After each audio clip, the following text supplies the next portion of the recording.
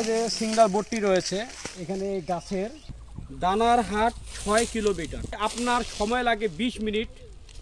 এখানে যদি আপনি আরও 10 মিনিট প্লাস করেন,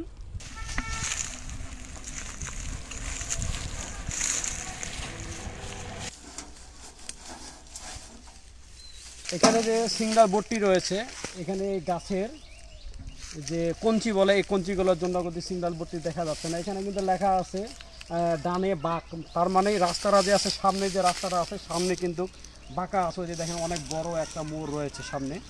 আসলে বিশেষ করে দেখবেন যে ডানে মোড় বামে মোড় এই জায়গাগুলোতে কিন্তু দুর্ঘটনাগুলো কিন্তু বেশি ঘটে থাকে।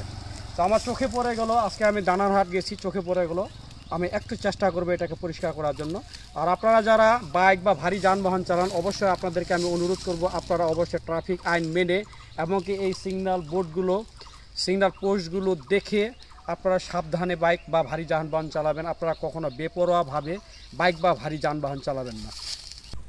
দানার হাট 6 কিলোমিটার, মনে করেন আপনি দানার হাট যাবেন, এখান থেকে 6 কিলোমিটার।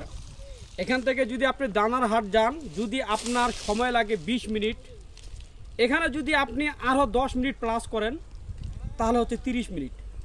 আপনি যদি 40-এ যান, সে জায়গায় আপনি 30-এ গেলেন, এতে করে কিন্তু আপনার জীবনে কোনো ঝুঁকি থাকলো না, আপনার কোনো জীবনের কোনো ক্ষতিও হলো না।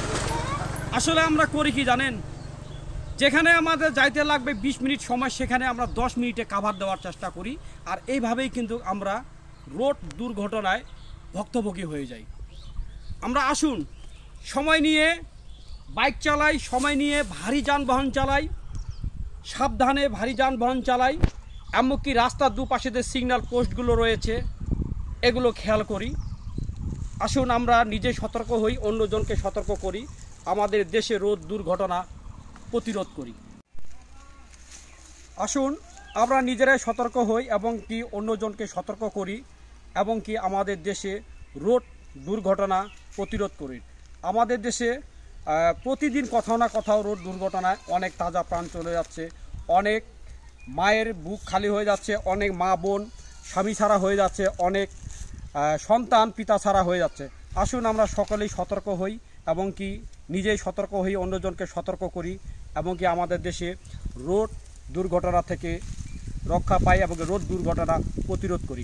সকলে ভালো থাকবে, সুস্থ থাকবে। যদি ভিডিওগুলো ভালো লাগে শেয়ার করবেন, সবাইকে দেখার সুযোগ করে দেবেন। ধন্যবাদ সবাইকে।